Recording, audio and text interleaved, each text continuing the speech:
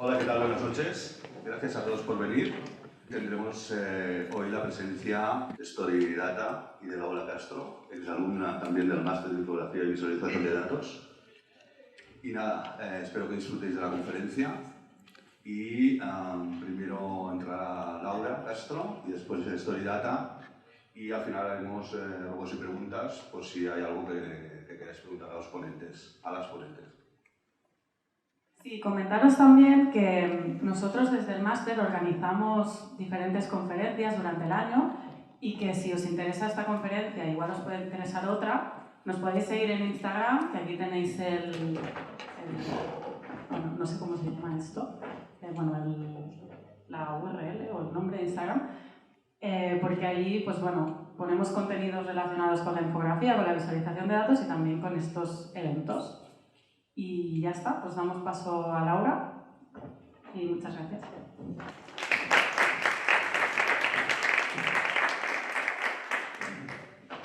Hola, buenas, mi nombre es Laura y vengo a contaros hoy cómo descubrir con ayuda de los datos que a veces, la realidad a veces no es como la percibimos. Por ejemplo, tenemos la intuición de algo, se habla de algo muchas veces y luego nos muestran datos y decimos, ostras, no, bofetón en la cara, no es lo que pensaba. Un caso muy claro es la política, ¿no? Nadie se pensaba que Trump iba a ganar y es presidente. O aquí, con Vox, a todos nos sorprendió. Nadie conoce a nadie que haya votado a Vox, pero de repente tiene 52 escaños. Hablando de mí, yo en mi día a día trabajo con datos. Hoy vengo a explicaros, a contaros un poco una parte de mi trabajo que es más creativa y personal, donde hago proyectos, recolecto data para explorarla, analizarla y ser consciente del entorno que me rodea. Por eso, lo he llamado los datos que nos rodean y que no se ven, porque son datos que muchas veces no percibimos fácilmente si no nos focalizamos a analizarlos. Antes de enseñar mi trabajo, os quiero presentar, hacer una introducción de estas dos mujeres porque han sido muy influentes. Estas dos mujeres hace como 5 o 6 años hicieron un proyecto que se llama Dear Data. Ellas, cada una vive, una en Estados Unidos y otra en Inglaterra, decidieron hacer un proyecto como muy experimental en el que semanalmente se mandaban cartas por correo ordinario sin decir nada, solamente con visualizaciones de datos sobre diferentes temas para conocerse una a la otra. Esto lo estuvieron haciendo durante un año y ha salido un proyecto que lo han materializado en un libro que es muy bueno. Esto me ayuda a mí mucho porque en este mundo de los datos, cuando pensamos en datos, pensamos en el típico gráfica de barras, la pie chart, pero al final estos datos son muy impersonales, ¿no? Podemos representar población, fruta o el gap salarial de las mujeres con gráficos de barras, ¿no? Al final no es algo que se acerque a nosotros y estas mujeres crearon sistemas de representación distintos, mucho más personales a ellas. Entonces, creo que era muy importante nombrarla porque tiene mucho peso. Entonces, cuando empecé a hacer estos experimentos, como hace 8 años, uno de los primeros ejercicios que hice sobre mí misma es cómo me represento a mí misma. Muchas veces cuando nos preguntan cómo eres, ¿no? O mandas tu foto o tu cuenta de Instagram, pero realmente, ¿qué hay detrás, no? Pues, la primera vez que hice este proyecto salió de esto. Como veis es muy ilustrativo, la gente que no me conozca va a decir, pues una ilustración y ya está. La gente que me conoce un poco puede sacar insights y puede sacar cosas como, una pelota de baloncesto, jugar al baloncesto, hice una máquina de pelucas porque tuve todo tipo de peinados y colores, en fin. X cosas que alguien que me conozca puede sacar, ¿no? 5 años más tarde hice otro proyecto, igual, cómo me represento a mí misma. Hice esto. Aquí es totalmente distinto, como veis. La forma de los datos, si los comparamos los dos, claramente hay una diferenciación y ahí yo misma puedo ver cuáles eran mis intereses, cómo ha habido una evolución de diseño, de cómo tratar los datos, la cantidad de datos que he tratado, etc. Esto, bueno, a la larga, ¿no? Pues sirve como para ver cómo eras y para entenderte a ti mismo, ¿no? Cómo has evolucionado, en mi caso, profesionalmente. Luego, otro proyecto que quería enseñaros es que no solamente podemos hacer proyectos para nosotros mismos, sino podemos hacer proyectos para cosas que nos rodean y ayudar a la gente que nos rodea. En este caso, bueno, yo juego al baloncesto y, bueno, en contexto, os cuento un poco. Bueno, muchos años he jugado al baloncesto y siempre hemos tenido como el querer mejorar, ¿no? Como equipo. Siempre decíamos cómo podemos hacer, ¿no? Jugadas, puntuación, quién juega más, quién juega menos. Empezamos a tener compañeras, ¿no? Que nos decían, pues yo no estoy jugando suficiente. Y otras, ¿no? ¿Cómo cuantificar, cómo podemos ver y mejorar? Es un proyecto que hice, cogí a mi equipo de baloncesto, que éramos todas chicas, con otro equipo hicimos un partido aposta para esto. Lo traqueamos con cámaras, sacamos todas las trayectorias de todas las jugadoras y con todo esto, es muy resumido, es más complejo que esto, ¿no? Pero sacamos la trayectoria de cada jugadora y esto nos ayudaba a visualizar visualmente cómo estábamos jugando, cómo era nuestra performance y si comparamos esto por tiempos, por las anotaciones y todo, podíamos sacar unas métricas de verdad que nos ayudase a mejorar, ¿no? Una juega más por fuera, otra por dentro. Que esto, si lo comparas con varios partidos, al final consigues tener una evolución de tu juego. Y esto era de totalmente amateur, o sea, nada profesional, ni ninguna tecnología súper loca, cámaras y código. Luego, a lo que hemos venido, ¿no? A hablar de género. Os quiero enseñar un proyecto mucho más detallado. Estos eran un poco más overview de un poco lo que hago, pero este proyecto lo quiero enseñar más en profundidad. En el 2017, cuando no empezó, sino cuando más en auge estaba, salió del Me Too, cosas de género, la gente empezó, ¿no? A salir a la calle como más fuerte, o esa tendencia. Yo empecé a preguntarme, ¿no? Como en el tema yo en el cine, lo del Me Too, pues no tengo nada que ver, ¿no? Pero en mi día a día, en mi música, yo empecé a preguntarme, ¿quién hay detrás de mi música? Hay mujeres DJs, todo tipo, ¿no? Sobre todo las colaboraciones, porque muchas veces son voces femeninas, pero el que lo produce es un hombre. Entonces, yo quería ser consciente de qué había detrás de mi música. Lo que hice fue coger la playlist que más escuchaba en ese momento, que era, pues, tenía 60 canciones, y empecé a buscar quién estaba detrás de la música. Lo que saqué de cada canción es esto, la canción, de qué fecha era, quién era el autor, quiénes eran los colaboradores, si eran masculinos, femeninos. Con todo esto me creé un dataset. Aquí yo ya empecé a ver cosas, ¿no? O sea, teniendo todo esto, con un simple Excel ya empecé a ver cosas, ¿no? Bueno, ¿qué tipo de música? Bueno, un poco de todo, tampoco era muy relevante, no me importaba mucho. O que, según el tipo de música, qué relacionalidad de género. Pero lo que me impactó fue esto, ¿no?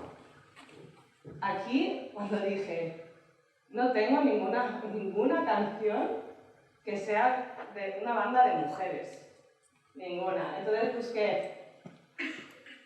busqué en Giphy What the Fuck y justo me salieron todos hombres. Y pensé, exactamente esta es la representación de la música que hay, de los hombres que hay detrás de mi música, ¿no? Solamente hay una niña. O sea, doble What the Fuck.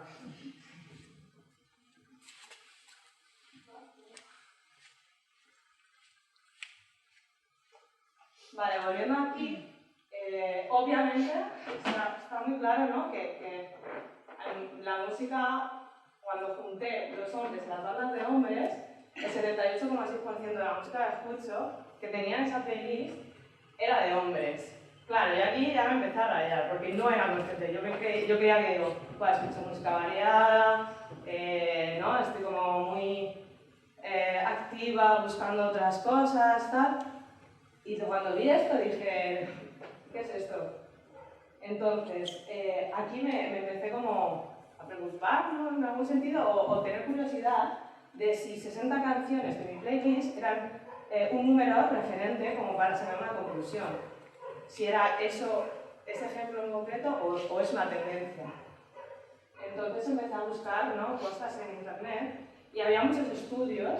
Me quedé con esta, que es que decía que solo el 21,7% de los artistas que llegan al top 70, 700, desde 2012 son mujeres. O sea, los números son más o menos muy parecidos. Entonces, sí que es una tendencia, sí que la industria musical está siendo así. Y ya fue cuando dije, ostras, tengo que hacer algo, ¿no? A partir de esto, claro, dije, vale, tengo un overview, sé que mi música es casi el 80% de hombres. Vale, pero ¿qué canciones? Voy a ponerle nombres y cara a estas canciones. Porque muchas veces, cuando estamos escuchando música, se nos acaba la playlist, nos empieza a sugerir, ¿no? Y cuando nos sugiere y te gusta, pues la vas añadiendo. No miras a quién metes. Entonces, el algoritmo de Spotify aquí también tiene un gran papel, ¿no?, en lo que escuchamos. Y aquí, cuando empecé a hacer esta visualización, me creé un sistema de representación que, muy personal, igual un poco complejo, pero una vez que lo lees, empiezas a entender cosas, ¿no? Por ejemplo, aparte del tipo de música, cómo representar, ¿no?, al hombre y a la mujer, o si era una banda mixta, con rectángulos. Con esto creo una composición, y la composición, ¿no?, este ejemplo, pues en esta canción, el que lo compone es un hombre, entonces el rectángulo es horizontal y tiene una colaboración femenina y otra masculina. Esto lo llevé a las 60 canciones. Entonces, esto es un extracto de todas las canciones y, como podéis ver, bueno, aquí hay una mujer, aquí hay una banda mixta, el resto son casi todos hombres por aquí hay una mujer, ¿no? Y con todo esto, una composición. Llegué a esta composición. Vale, tengo una composición, ¿y ahora qué? Tenemos dos opciones, ¿no? Siendo consciente de lo que tenemos, de lo que nos rodea, hay dos opciones. Uno, no hacer nada, porque bueno, a mí me gusta esta música, la sigo escuchando y ya está. O puedo hacer algo, puedo buscar referentes, puedo buscar preocuparme por ver qué me está sugiriendo Spotify, puedo buscar bandas de mujeres, puedo cambiarlo, ¿no? Cuando me propusieron hacer esta charla, pensé, ostras, igual es una oportunidad para hacer este mismo ejercicio con una playlist que tenga ahora. Lo estuve pensando y empecé a hacer unas pruebas y llegué a la conclusión de que si la hacía no iba a ser meaningful. ¿Por qué? Porque mi objetivo no es que el 100% de mi música sea femenina. O sea, esto es elección de cada uno, ¿no? Hay música que la producen los hombres que me gusta y la voy a seguir escuchando y no hay nada de malo, ¿no? Entonces, como mi objetivo no es que el 100% de la música que escucho sea femenina, me da igual el número. Yo ya soy consciente de que tengo que mejorar esto y yo sé que lo he mejorado. No sé hasta qué punto, pero... O sea, sí sé hasta qué punto porque me siento cómoda, ¿no? Porque ahora me preocupo más por ver quién hay detrás de mi música, quién la ha producido, qué letras, me fijo más en qué tipo de música y más variedad, ¿no? Entonces no le veía mucho sentido hacerlo otra vez porque ya sé el resultado que voy a tener. Va a haber más mujeres, está claro. Pero no, el número en sí no me parecía relevante. Entonces, bueno, les animo a que cojáis ¿no?, cualquier tema que os guste e indagar un poco y ver, jugar con ellos para poder tomar decisiones. Al final va en nosotros mismos, está bien actuar socialmente, pero si nosotros mismos no somos conscientes de lo que tenemos, es difícil, ¿no?, llegar a los demás.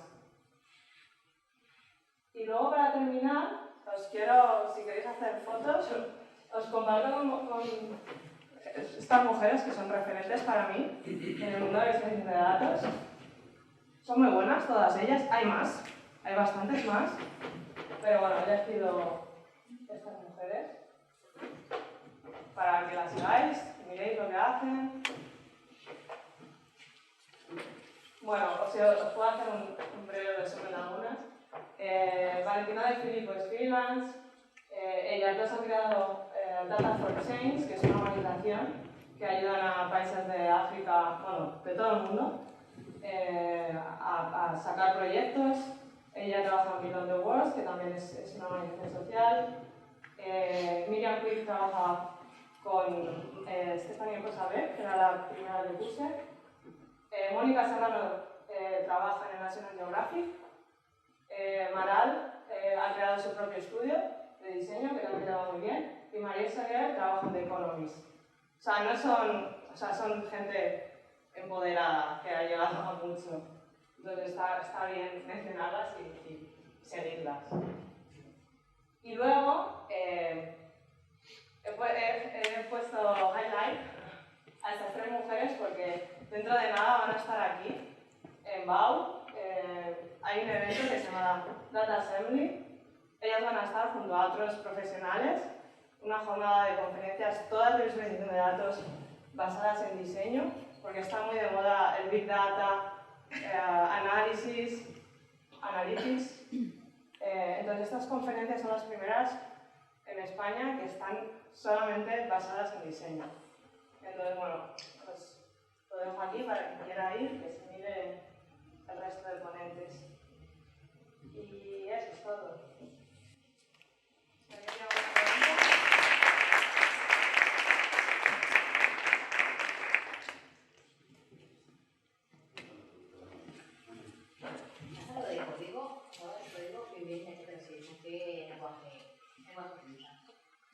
Depende del proyecto.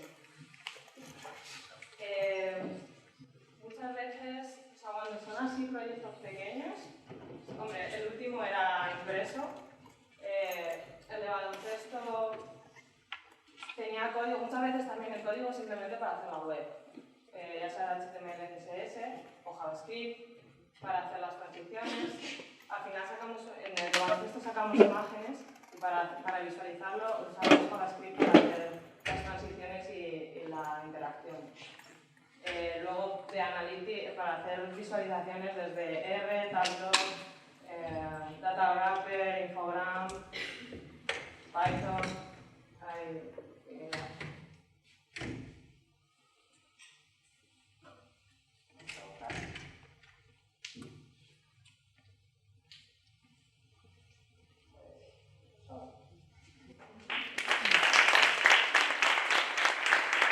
Bueno, muchas gracias, Laura.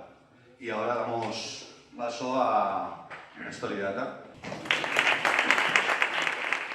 Buenas tardes a todos y todas. Primero de todo, vamos a hacer un par de disculpas. Una es porque esta presentación está hecha en catalán. Tenemos muy poquito texto. Lo que no entendáis lo vamos a traducir, ¿vale?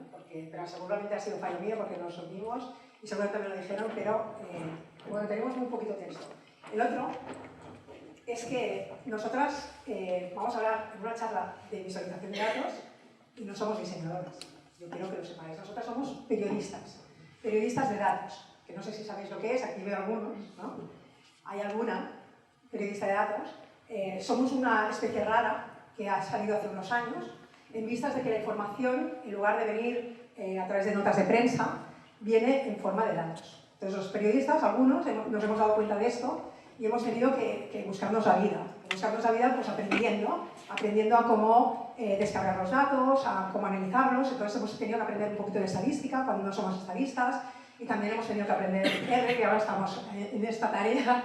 Hemos tenido que aprender programación y hemos tenido que aprender también a explicar los datos de forma visual. ¿Por qué? Porque no podemos coger una base de datos enorme, inmensa, y plasmarla, porque nadie entendería nada. Entonces hemos tenido que aprender un poquito de visualización. Eso quiere decir que nosotros admiramos muchísimo el trabajo que hacéis los diseñadores, incluso más, os invitamos a colaborar si alguien con nosotras, porque necesitamos a veces gente y si alguien luego se quiere acercar, lo agradeceríamos, ¿vale?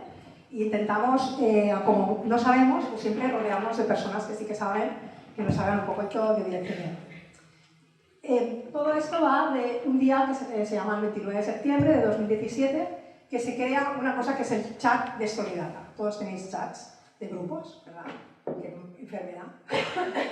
Pues el nuestro es el lugar donde creo que hemos pasado más tiempo durante los últimos 2 años, ¿no? O sea, nos pasamos la vida en el chat de Storidata, que somos, voy a presentar Karina Belvé, con alguien que viene de camino, Laia Brufau, Silvia Galilea, que no ha podido venir, y yo, que me llamo Eli Vivas. Somos todas periodistas. Nos conocimos pues hace un par de años en un curso de Open Data. ¿Qué es el Open Data? No sé si lo sabéis, pero el Open Data es un movimiento que ha salido de datos abiertos, ¿no? Gente que cree que los datos, sobre todo los públicos, tienen que ser abiertos para que los demás los podamos compartir y para que, porque tenemos un derecho a la información, podamos acceder a ellos. En un curso de Open Data, pues estas chicas muy frikis se apuntaron y nos conocimos ahí, ¿no? Entonces empezamos... Yo era la profe. Porque, bueno, yo era de las pocas personas que también, como periodista, me había interesado en el tema de los datos, pues empecé a dar clases. Y empieza nuestro timeline, ¿no? Nos conocemos en un curso de Open Data y lo segundo que nos pasa es que tienen que hacer un proyecto de final de curso, como vosotros aquí en el máster de visualización, les va a... ¿Vamos a morir?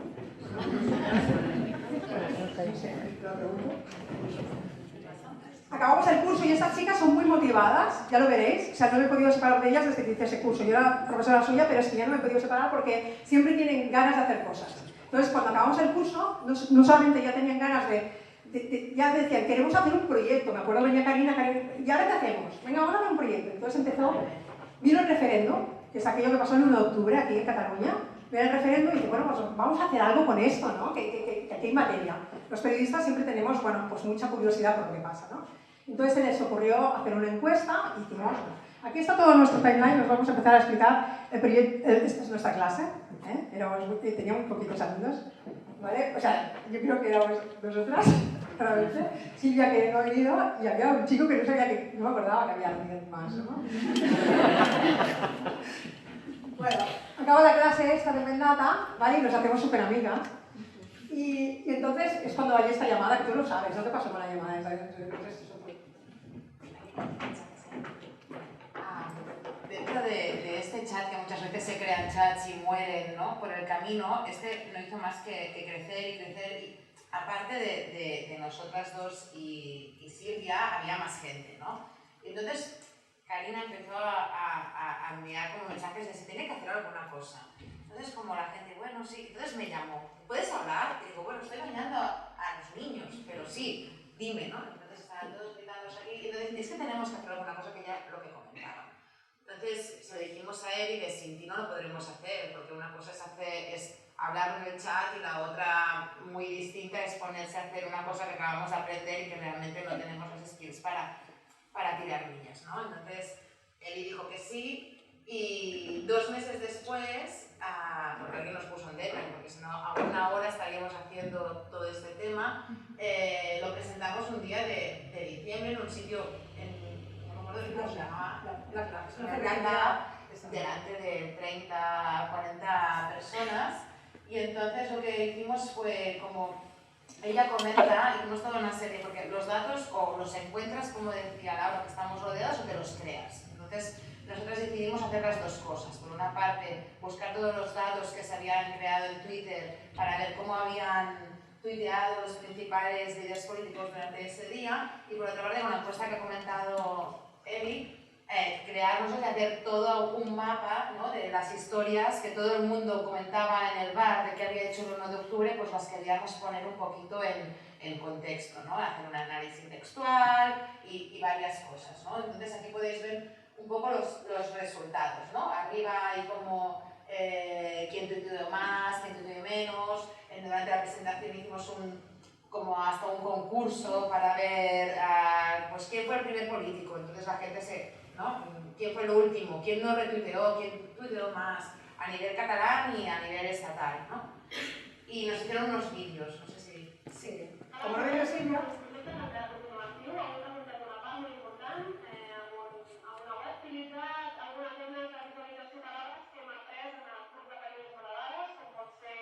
Como está en catalán, no lo vamos a pasar, pero queríamos que saliera, aquí lo que hacía Silvia era explicar. Silvia lo que hacía era explicar las herramientas que habían utilizado en el curso, y yo quería explicar esta parte que les he pedido porque quería decir, y aquí está otro vídeo de Gaia explicándola, y luego otro vídeo de Karina, ¿vale? Y yo quiero ponerlos porque aquí fue el punto en el que yo dije...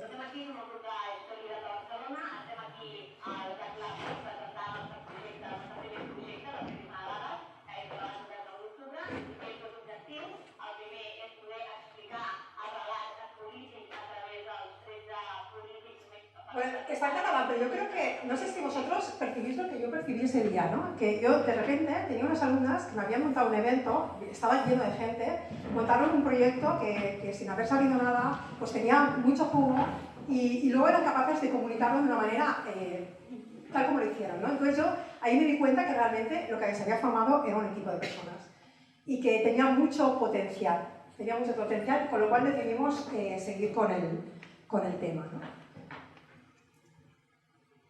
Este es el evento, ¿vale? Entonces, aquí tenemos equipo, ¿vale? Y se crea, entonces ya decidimos poner un nombre a eso.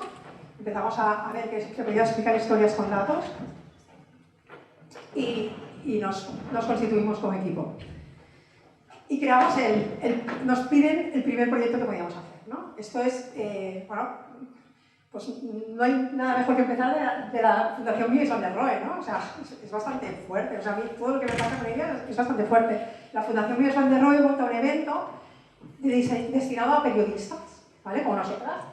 Y se nos ocurrió analizar, como era para periodistas especializados en arquitectura, se nos ocurrió coger 4 años de noticias de hemeroteca y analizarlas para ver de qué se hablaba en la arquitectura en los medios. ¿Por qué? Porque pensábamos que a los periodistas les podía interesar, si les explicábamos lo que los medios están publicando, pues cómo enfocar sus noticias, ¿no? Y también analizar un poquito qué se estaba contando. Entonces, bueno, pues con todo lo que habíamos aprendido, pues cogemos 4 años de hemeroteca, eso fue un parto, limpiar todos esos datos, ¿vale? También pedimos algo de ayuda, siempre va a tener un programa de Data Science que te acaba de ayudar, ¿no? Y siempre al lado.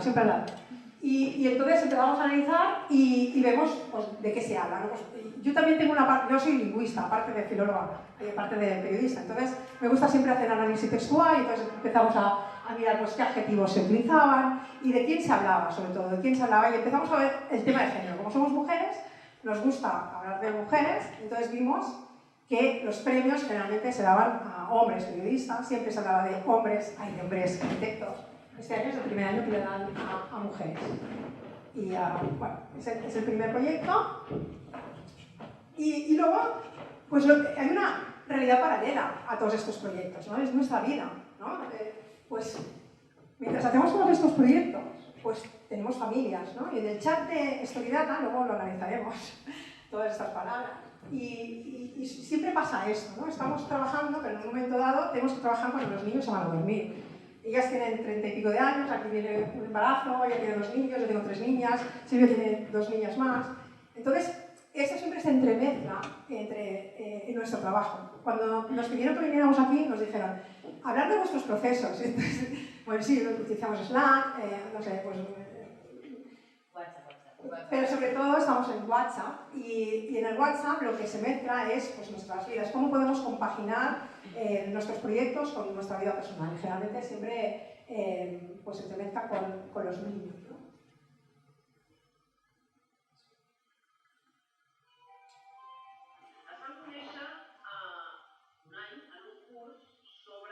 Esta ya es la historia que ya se repite. Nos invitan, CrowdSpeak es la asociación de empresas tecnológicas, nos invitan también a participar en un evento y se nos ocurre ya con el tema de género hablar sobre las mujeres en la tecnología. y empezamos a buscar datos sobre mujeres y tecnología. Hoy, antes de empezar, me ha preguntado, ¿qué piensas que pasará con las mujeres y la tecnología en el futuro? Claramente, las mujeres cada vez nos queremos acercar menos a la tecnología, con lo cual cada vez habrá una brecha salarial mucho mayor. A mí eso me preocupa, y nos preocupa a todos. Nos preocupa de tal manera que acostumbramos siempre a trabajar con mujeres cuando tenemos que escoger entre un hombre y una mujer. Las mujeres solo representan, bueno, las mujeres representan poquísimo y hay poquísimos referentes de mujeres en tecnología en los libros de texto. Esto es lo que sacamos en el estudio que hicimos de datos. ¿Eso qué quiere decir? Que las niñas y niños, sobre todo las niñas, no tienen referentes para quererse dedicar a la tecnología.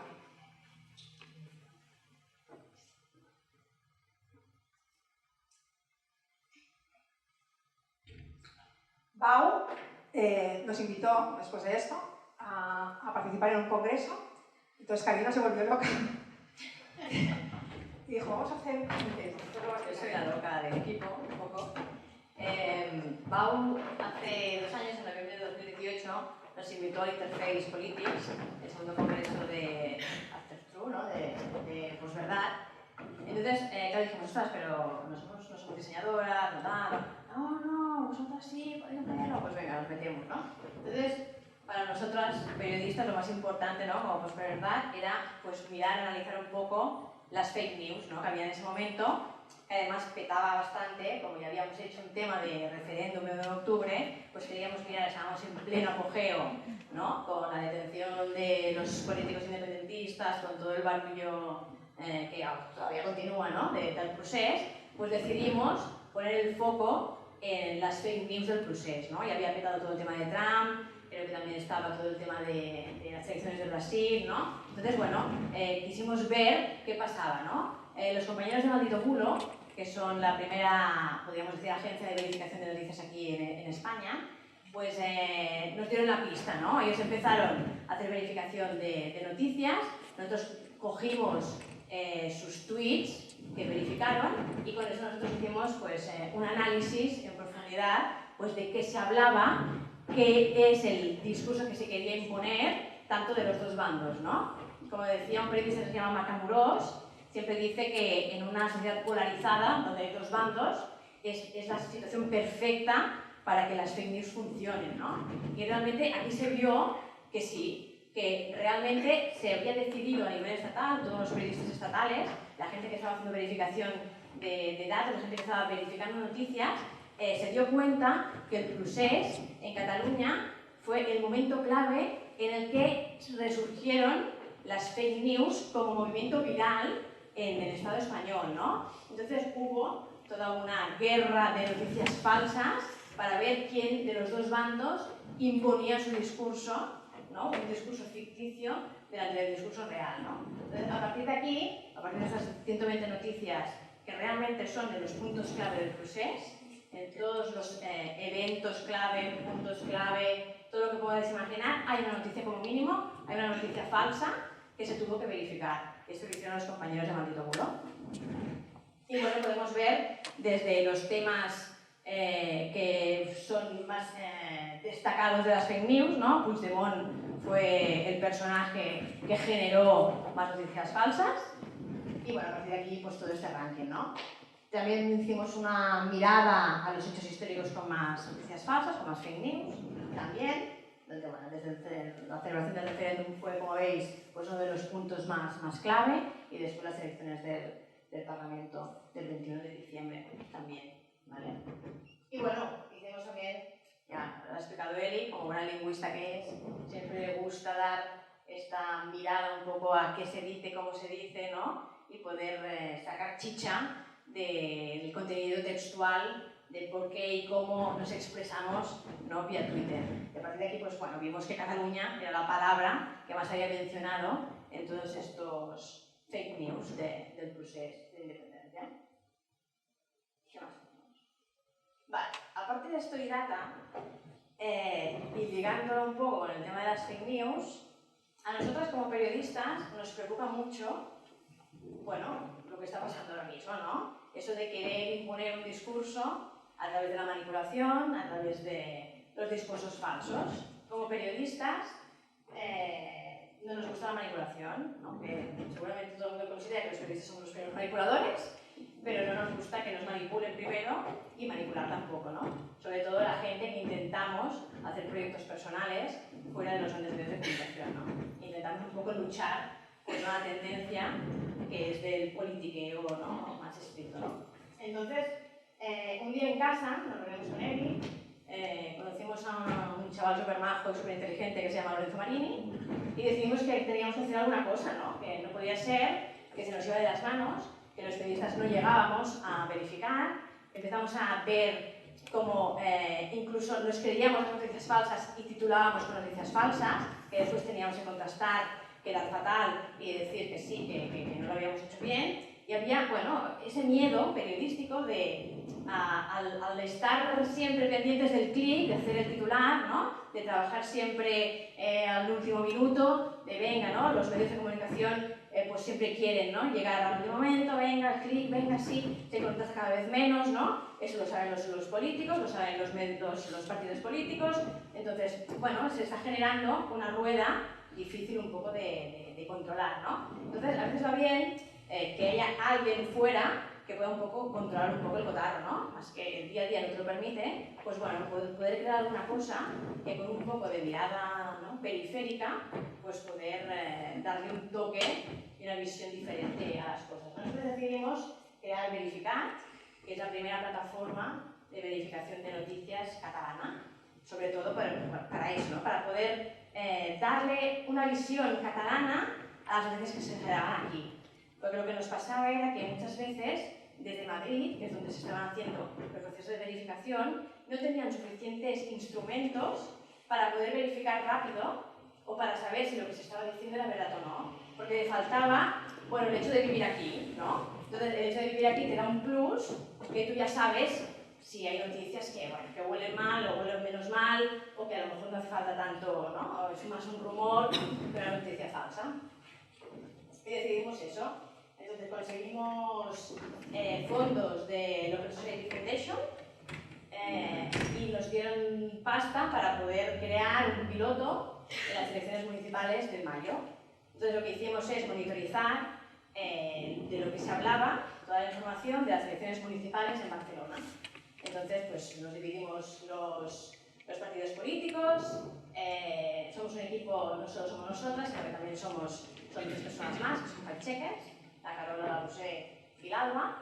Y bueno, entonces generamos un equipo más grande para poder pues, un poco monitorizar de lo que se hablaba, cómo se hablaba y poder verificar noticias, ¿no? Y aquí nos dimos cuenta que todo el mundo miente, ¿no? Que no hay partido que se salve y que todo el mundo pues, intenta, como es lógico en cierta manera, intentar pues, que cale tu discurso, ¿no? Y sí que conseguimos verificar noticias falsas de todos los partidos políticos del Ayuntamiento de Barcelona. Y ahora pues, estamos pendientes de nueva inversión para poder reprender el proyecto, porque esto de trabajar sin dinero es muy cansado, entonces estamos ya un poco cansados de tirar tanto de la moto, ¿no? Que aún así hemos trabajado mucho sin fondos, ¿no? Entonces esperamos una nueva inversión para poder crear la empresa como tal y entonces ponernos a saco a crear una plataforma con fundamento, ¿no? Para poder ser pues, un centro de verificación de noticias aquí en Cataluña. Entonces, esos son un poco de los proyectos que hicimos.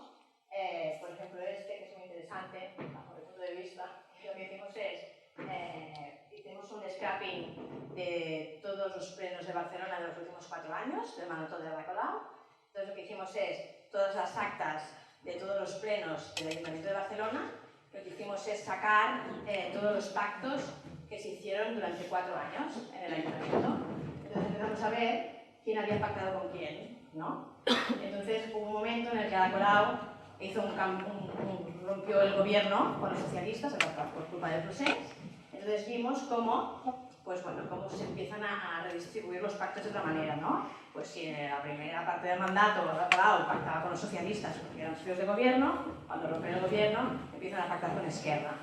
pero el PSC empieza a pactar con Convergencia, ¿no? Entonces, bueno, se ven diversos movimientos que a lo mejor si no tienes este material y ves bien qué pasa, después con las elecciones, cuando intenta cada uno imponer su discurso, tú puedes decir, bueno, pero dices esto, pero votaste esto, votaste lo otro, no votaste esto, votaste con ellos o votaste con nosotros, ¿no? Y fue un material muy interesante que pudimos tener, primero para mostrar qué pasaba en el ayuntamiento, porque es difícil después de 4 años, ¿no? La gente se olvida de lo que se ha votado, la gente, después vende cada uno su moto, y nosotros teníamos el material para decir, no, cuando hablabas de funerarias, votaste así, cuando hablabas sobre pobreza, votaste esto, ¿no?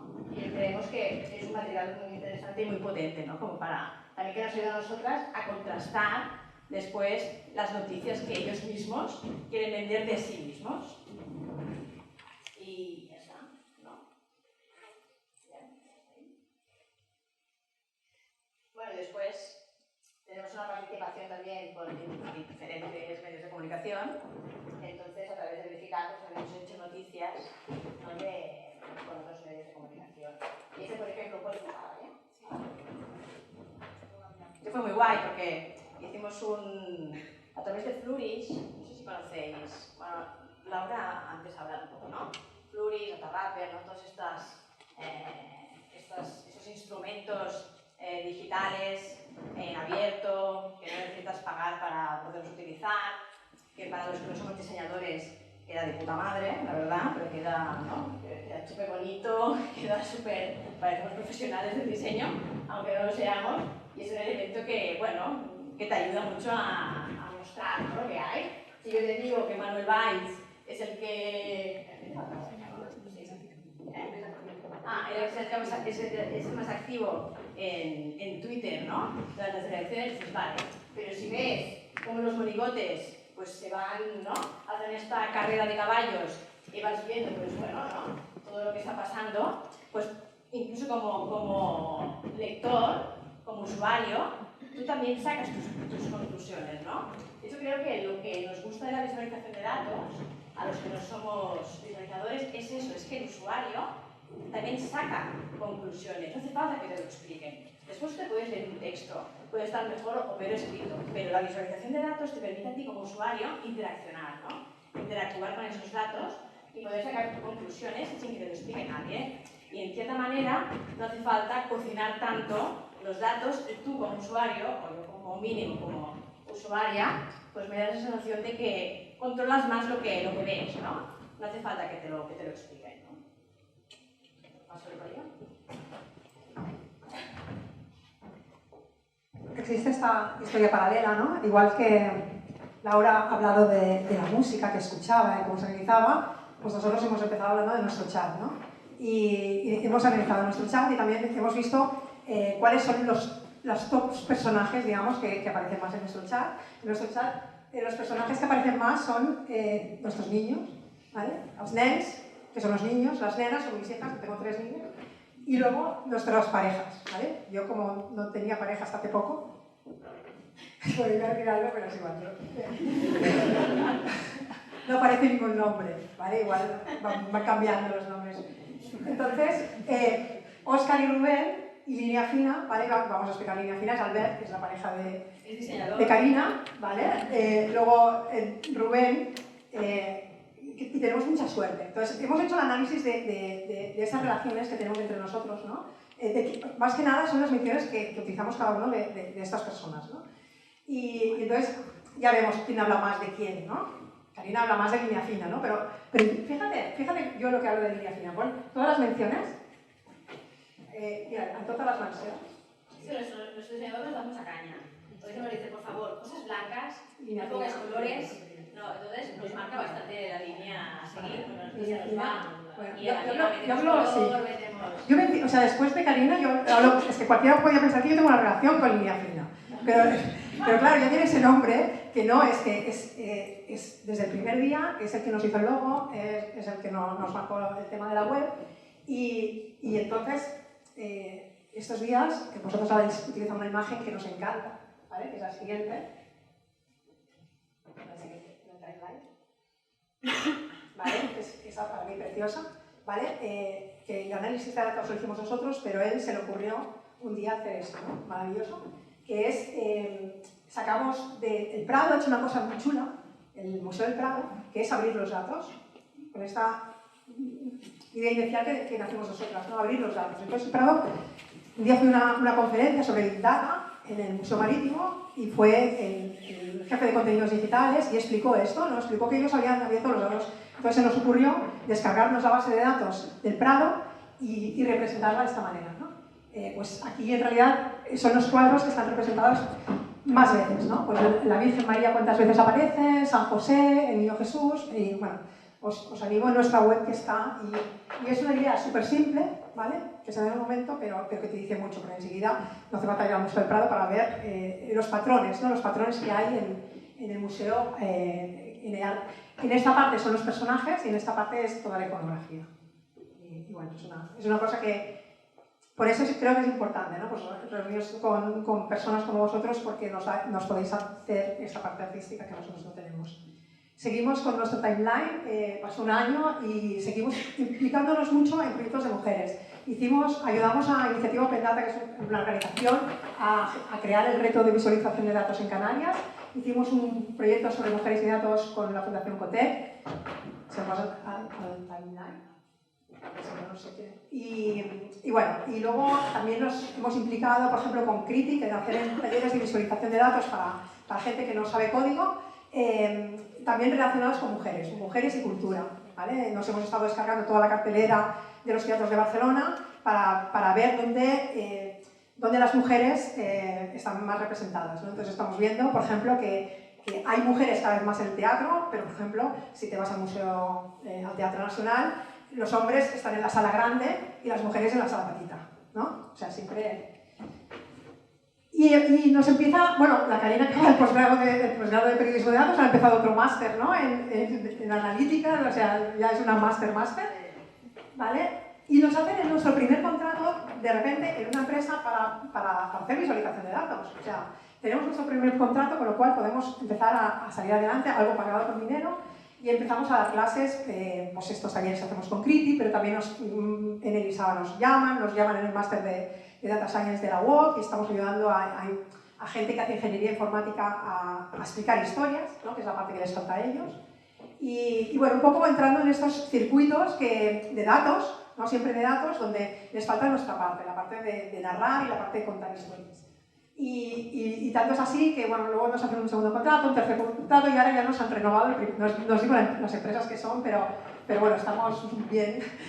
Y ahora estamos en un proyecto que nos gusta muchísimo, que es como una primicia que estamos aquí, que se llama Datos contra el Ruido, y saldrá este fin de semana. Nos han dado permiso para explicarlo, y nosotros también hemos hecho toda la parte de visualización de datos. Y es un proyecto que es un repositorio de datos de víctimas de violencia de género. Y lo hacemos con unas mujeres increíbles que se llaman Digital Femmes, que se dedican a hacer proyectos muy enfocados a la mujer, ¿vale? Y nosotros, bueno, ya, esto es una exclusiva y ya lo veréis el domingo, tenéis toda una web y podréis ir al repositorio de datos, descargaros los datos y podréis ver las visualizaciones y todas estas cosas. Y bueno, y ahora después de 2 años hemos trabajado pues, con todas estas empresas y con estas fundaciones y bueno, hemos ido creciendo, hemos hecho eventos y esto es un poco resumen, Laia, que yo le he dicho a Laia, ¿por qué no sacas las stopwords? Dicen, no, es que las stopwords son muy importantes al final. ¿Sabéis qué son las stopwords? ¿No? Cuando haces una nube de palabras, siempre hay unas palabras que se repiten mucho, como los artículos o como... Esas palabras que son muy recurrentes, pero que no te aportan nada tampoco a la nube de palabras. Pero en cambio aquí las stopwords son muy interesantes, ¿no? Porque es ok, tot bé, podem, ja ho he fet, ¿no? O sea, esto en castellano sería pues todo, bien, ahora... o sea, nuestras nubes de palabras al final tienen mucho de vamos a hacerlo, nosotros podemos, vamos adelante.